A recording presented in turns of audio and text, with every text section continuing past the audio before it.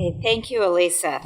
Well, our panelists done a great job of addressing the question of what can business do and how do they get involved. We've really seen an illustration from very small businesses in Savannah to what would be called a jumbo employer, IBM, and the three different geographic areas of the country, East Coast, West Coast, and down in the South. And we've seen differences in terms of the nature of what they've been doing. So we've really tried to illustrate some of this diversity and in terms of the roles and the actions that the business community can take. So I'd like to open this up to discussion with the audience and really get things moving here. I'll start with one question while people are moving to the microphone. And that's really to ask, what do you think has been the trick to sustaining business involvement? And what do you think is going to keep this in place? To the panel. Any of you? Start.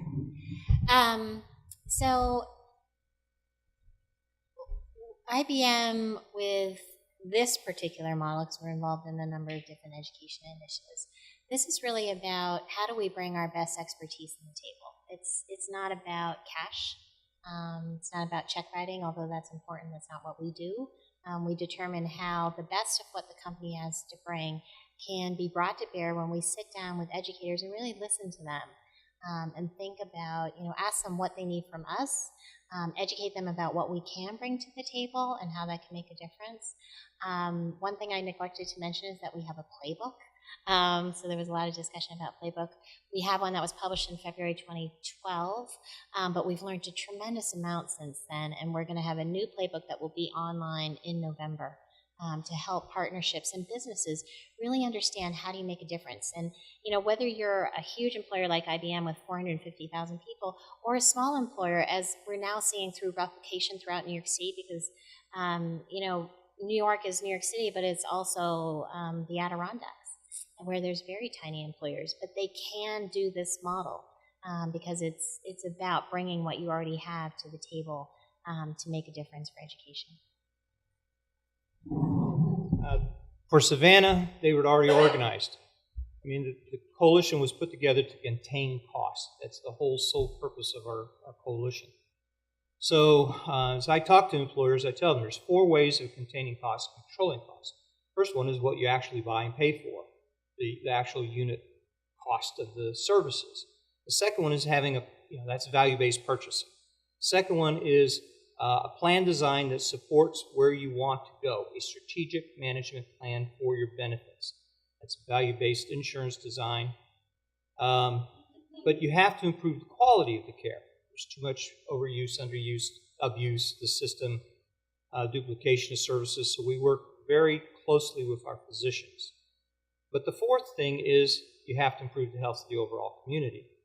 The problem is that employers, by managing their plan and managing their contracts, can do things year to year very rapidly. They have control over it. But things like quality and things like community health improvement, they cannot do alone. It is messy. It is collaborative. Businesses are not used to that. They're used to being presented a plan, somebody makes a decision, and it's done. And employers can't wait for a 5-year survey. They can't wait for best practices. They know that today they have this problem and they need a solution for it before the next open enrollment period. So when we talk about plans and playbooks, employers move very fast. So community action is something that's very long-term. Now, which is the most sustainable? Quality and community. We can't keep manipulating our plan design, and we can't keep manipulating the cost. Eventually, we've got to get down to the core issues. So we have to be involved. We want to be at the table. But we are already committed to doing this. We're already committed to providing a benefit to our employees.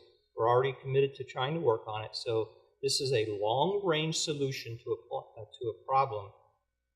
But we need everybody involved to work on it. And just based off playing off what Gary just said, for our community, it's been having at least one organization that businesses trust, which is Greater Spokane Incorporated, that's in it for the long haul, that is willing to grow beyond their original mission. So in this case, they've moved into workforce, they've moved into education, and now they're moving into the link between education and health. And knowing that they're going to be there, they have been there, and they provide benefit to the business community. The business community trusts them. So there is a great sense that they provide the continuity and the sustainability that I am firmly committed. I firmly believe that the things that are being planted in Spokane now will continue to grow and evolve, in large part because of that leadership and the businesses trusting that one central coordinating group. Right. Thank you. We'll move on to the microphones now. Ray, I think you were up first. Thank you. Ray Baxter, Kaiser Permanente, and a member of the Roundtable. In the 90s, I spent a lot of time working with business coalitions on health in auto towns, working with the UAW and what were then the big three manufacturers. And one of the interesting tensions that almost always arose was that hospitals also tend to be the biggest employers in communities, the biggest real estate presence, biggest purchasers, or close to the biggest. So I'm interested from your perspective, particularly Elisa and Gary, with coalitions and maybe Kathy as well. How do you resolve the tensions between hospitals' roles as businesses, but also being the consumers of the resources that could be otherwise going into economic development or education or other areas that are important?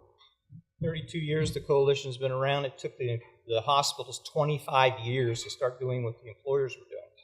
I think providers, and in the last session we had the same issue, providers are employers.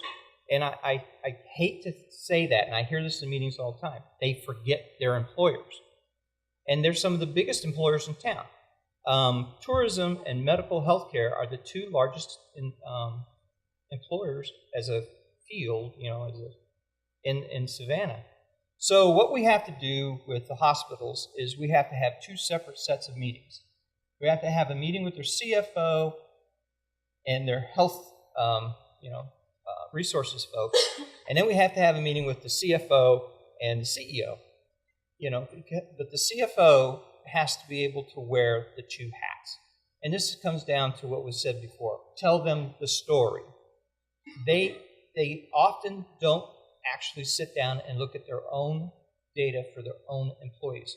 So what we began doing is they were coming to us with programs, and we said, have you put your own employees into it? Well, no. Then how do you know it works? And if it doesn't work, and even if it does work, why are you so resistant to putting your own employees in it? And so what we started doing was we started requiring them to have their employees in the programs that they would sell to us. And then things started changing.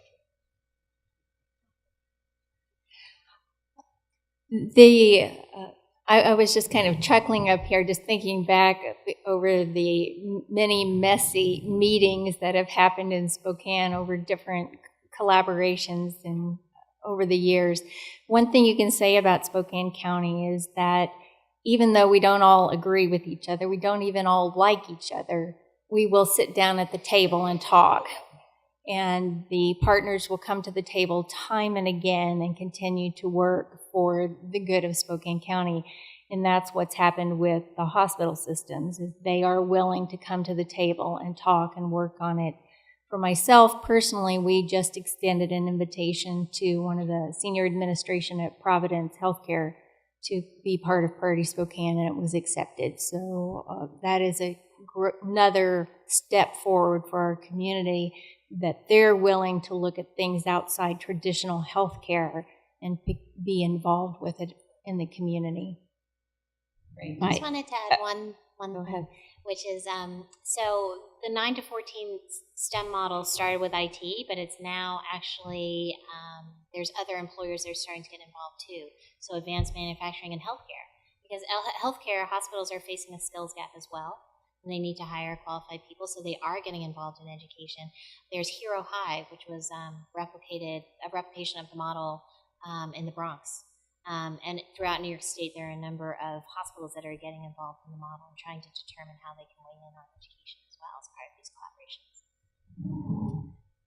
My comment at the community and the engagement of health systems or hospitals as employers is to constantly be focusing on what's in the best interest of the people in the community and reminding everybody of that, making decisions with that in mind. But secondly, to recognize our interdependence, that those health systems are not going to be long-term successful without that collaboration and partnership with the business community, looking at what are the needs of the whole community. That those two things are really what we do to keep people at the table and making progress together. George? Well, the title of the panel was What Impacts Does Business Have on Population Health? And all of our examples so far have been positive, which I congratulate you for because I think they're really wonderful examples, and it's great to have positive impacts. But as we all know, that business can have very negative impacts on population health as well. And I'm wondering if we have a gap in our public health oversight in this country because we don't have a systematic way of assessing that negative impact that business might have, a net negative on health. Instead, we rather selectively go after businesses that maybe look like outliers, and then their retort, like the soda companies right now, is that they're being treated unfairly and differentially with regard to other sugar purveyors. We know from the example of tobacco company, for example, that there's a tremendous economic burden. Dr. O'Donnell had pointed out how dangerous that is for our nation's economy to have that much of a negative impact on health. And yet we do have a number of businesses that have unfair competitive advantage because of their business practices, again, being either unhealthy to their employees, taking greater risks, or unhealthy products to the community. And we accept that. We seem to accept that in society. And I just wonder, from those of you that do represent the business community, how you might feel about corporate accountability for population health. And if you'd comment on that, you probably would be first, Kathy. Well, when you were talking, I was thinking about a concept that has been raised by the Harvard School of Public Health and others of the corporate handprint, as well as the corporate footprint, where you're perhaps familiar with this concept of a footprint being the adverse impact that an organization might have on the community, and meaning their CO2 emissions or whatever, and then the handprint being that, and there's another concept out there in the sustainability field called net positive impact, and making sure that we're looking at both sides of that equation. So I think it speaks to what you were talking about, and I was still stuck on the last question as well, and how our health systems as businesses having a negative impact. I mean, we've had some attention coming to that with, the mistakes in healthcare being deaths being the third leading cause of death, and the orders of magnitude of negative impact that health systems can even have as a business on the health of our people. So I do think it's important to look at both sides of the equation. For us, I would refer back to 2 slides back, where our Community Indicators Initiative, which tracks data for our community in 5 different areas, one of which is environment, one of which is health, and that we are able to then take that data and show to our employers things that they may be having an impact in. And so it is one way, at least, of tracking whether they're having an impact or negatively or positively or no impact whatsoever in our community. one of the reasons why Priority Spokane was formed was to keep the data from the Community Indicators Initiative alive and well and in front of people so that they are reacting to it and acting upon it. When the Healthy Savannah Coalition, which is our community health coalition, started, they wanted to restrict membership and actually exclude what they called unhealthy organizations. And we stopped them and said, no, this has to be open. Everybody has to be at the table. Sometimes tourists come into our town and they say, your air smells funny. It has this sulfur smell in it. I say, yes, that's jobs. So we have an organization within our town, it's the Harambee House, who is actually works on the environment. And they're working very closely with several federal agencies and working with the employers who have the impact for these negative impacts on our community. We know who they are. And they're fully within legal limits. But they can get better. And so we have a Community Indicators Coalition. If you can show them the data, I mean, it's just tell them the story. Tell them how they're impacting the community. Ask them if there's something they can do. And there are things they can do, and they're willing to do it. It's just, can't go in and chain yourself to their front gates, okay? You're going to have to work with them. They don't want to have a negative impact on the community because they've chose that community for that business because they wanted those employees who wanted to be there. There's something about your community that keeps them there. We just need to work together and make sure their impact is minimal.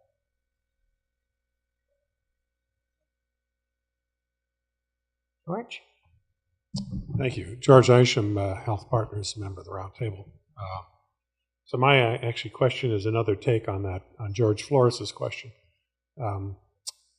I'm curious about the nature of the relationship of the effort in Savannah and Spokane to the public health departments in those cities, and the nature of the plans that may be developed out of those agencies, either at the state or the local or the city level, that have to do with identifying priorities, and you've already spoken a little bit to that.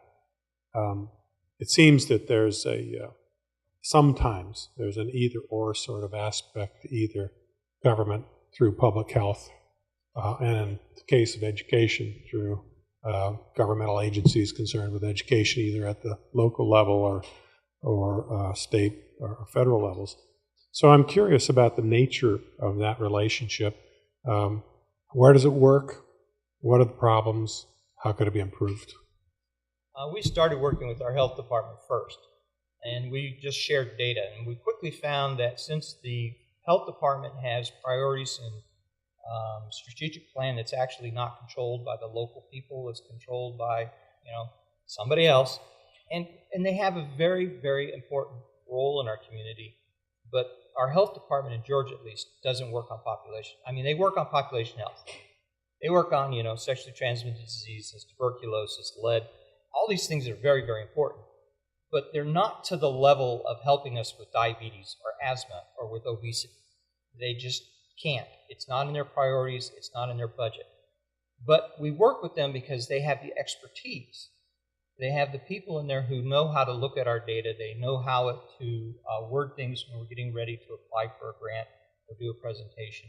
So we're very, very close in there. We sit with them all the time. They come to our board meetings. We help them with other issues like flu shots and things, all these other things. So the health department has become a resource of expertise, but not implementation, because they're working on a level that's so high above us and on things that are so important that they are so specialized that they really can't help us in our normal everyday health things. I love our health department. I almost put a slide in just about them, but I knew I was running over time as it was. I don't know if you're aware, but it's only recently that they've started establishing national accreditation for your public health districts. In Spokane County, Spokane Regional Health District was the first health district in the state, in the nation, to achieve this national accreditation. They have moved, are moving, and have moved away from a model of strict one-on-one direct provision care, and have chosen to move upstream from that and begin addressing the causes of the things that they see in their clinic, which is why they have gotten so involved with the educational effort in our community. They identified that education was a key factor in things that they were seeing in the health department. They have made all their resources available. Their epidemiologists are fantastic. We have one on Priority Spokane. They come right into the direct projects that we're working on and say, this is the kind of data that we collect that we can make available to you, or gosh, we don't collect that data, but we could, or we know someone who does, and they develop, bring that person or that entity to the table with us. They are right in on grant proposals. They are at the table, any communications. They are just as hands-on as they can be in the work that we're doing to build a culture of health in Spokane. So just kudos to them. They're a great model. This is different, but we work very closely with state departments of education. Our strategy was never to create a single jewel in Crown Heights, Brooklyn, educating just 100 kids each year. It was always about how do you begin to change the American education landscape for all young people. So we work very closely with state departments of education, and in New York State we're working with the state university system because policy has to change to enable that. How are you going to pay for these college credits and these college degrees? How are you going to develop articulation agreements between our 9 to 14 schools and colleges so that young people can, if they choose to go on for greater education, can enter that college with a certain number of credits that's going to accelerate them.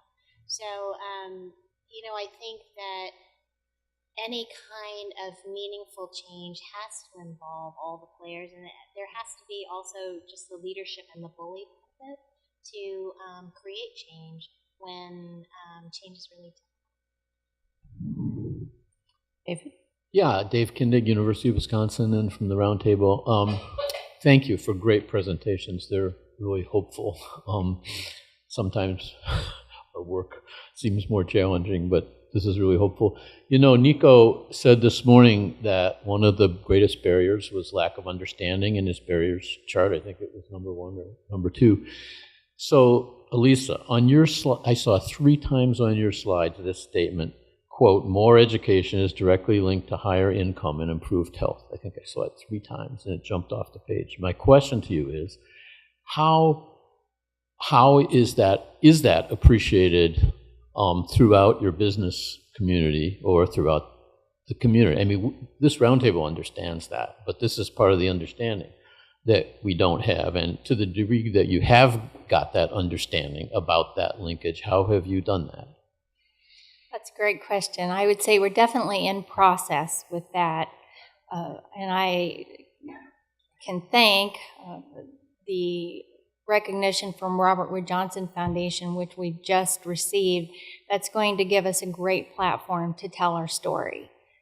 And part of the telling the story is telling it to you, but a big part of the story is telling it to ourselves within the community, that these works are in fact happening, why they're happening, and what the positive outcomes for Spokane County and Eastern Washington can be if we continue, if we stay the course. We talked about that earlier. If we stay the course and find ways of sustaining the work that's going on.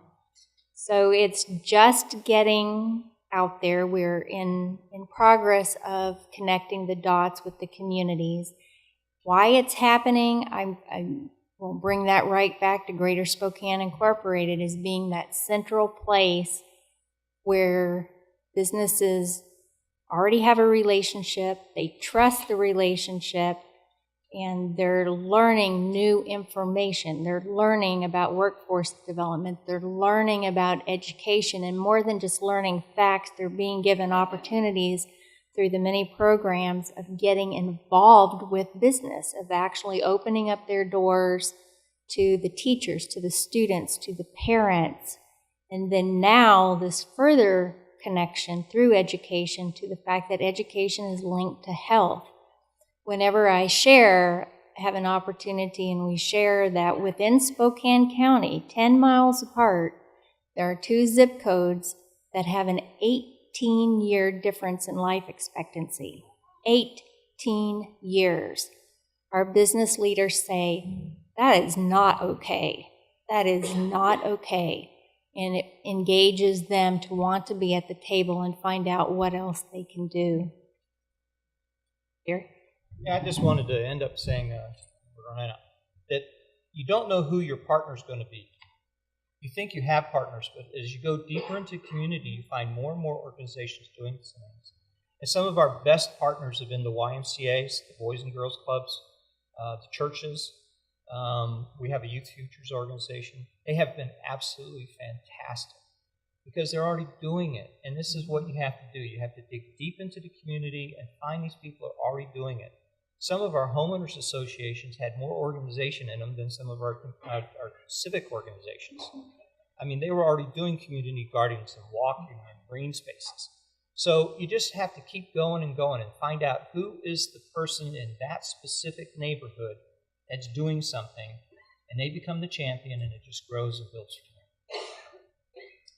Well, please join me in thanking our panel. This has been a tremendous thing.